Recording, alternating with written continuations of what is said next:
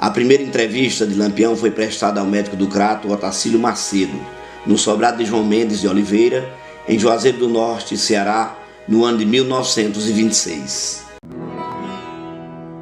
Na valente terra nordestina.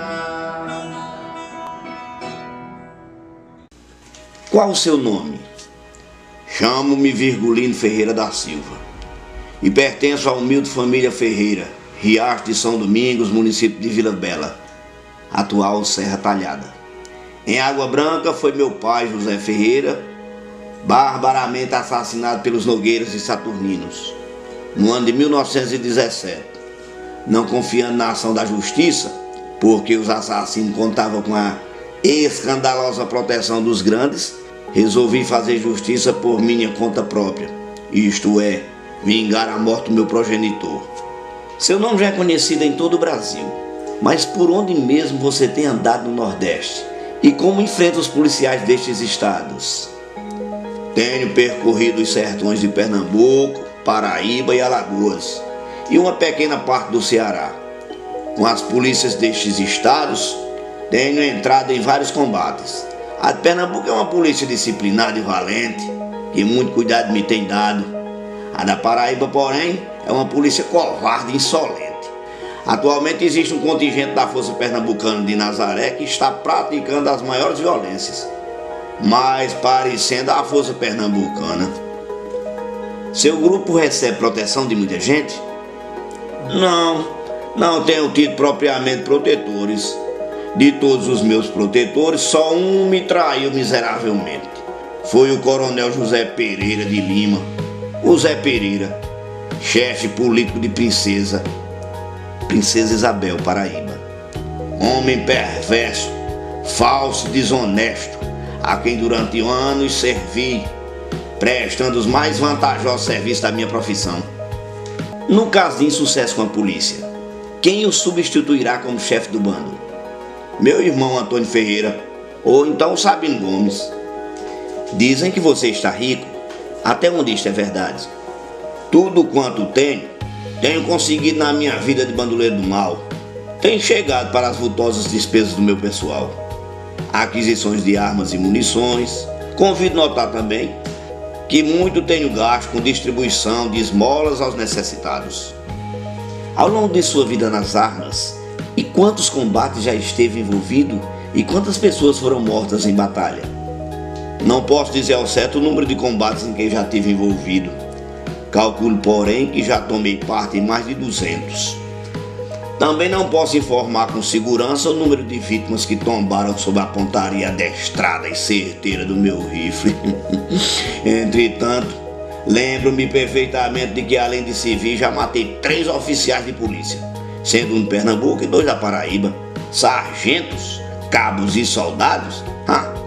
Era-me impossível guardar na memória os que foram levados para o outro mundo.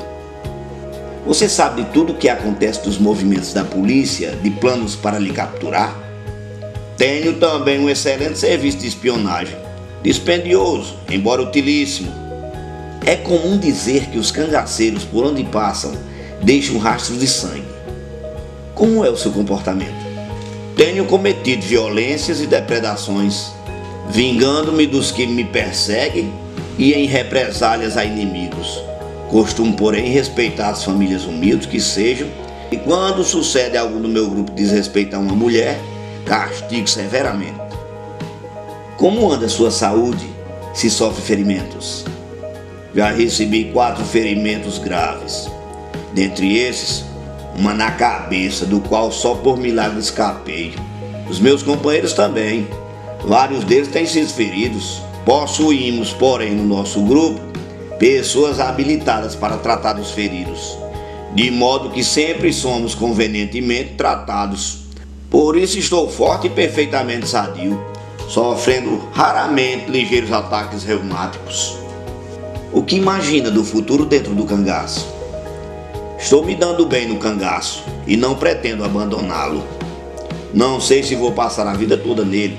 Preciso trabalhar ainda uns 3 anos. Tenho que visitar alguns amigos, o que ainda não fiz por falta de oportunidade. Depois talvez me torne um comerciante. Lampião confiava demasiadamente em Padre Cícero. Caso contrário, jamais teria coragem de ter se deslocado para o Juazeiro do Norte e estando lá mostrando tanta tranquilidade. A primeira entrevista foi publicada originalmente no jornal O Ceará. Houve outra prestada na Serra do Araripe, a 5 léguas de Missão Velha, ao jornalista José Alves Feitosa. Publicada em 4 de junho de 1928 no jornal A Noite, de Recife, Pernambuco. Houve apenas 3 perguntas e igual número de respostas. Como não havia gravadores na época dos fatos, os jornalistas anotavam as perguntas e as respostas. O fato de Lampião ser semi-analfabeto levava a crer que os jornalistas melhoraram os termos das respostas, sem fugirem da fidelidade. Por exemplo, Lampião havia dito que pretendia ser negociante após largar o cangaço, e não comerciante, como se encontra escrito em uma das respostas de determinada pergunta. Antônio Ferreira, irmão de Lampião, morreu no mesmo ano em que ele concedeu a entrevista, precisamente às 2 horas da tarde do dia 25 de dezembro de 1926, em face de um tiro acidental no tórax, provocado pelo rifle de Luiz Pedro, falecido junto com Lampião no massacre de Angicos. Lampião não chegou a tornar-se negociante, comerciante, hoje já com outra nomenclatura de empresário comercial. Foi assassinado em 28 de julho de 1938, juntamente com a sua companheira Maria Bonita e mais 9 cangaceiros na fazenda Angicos, sertão do estado de Sergipe.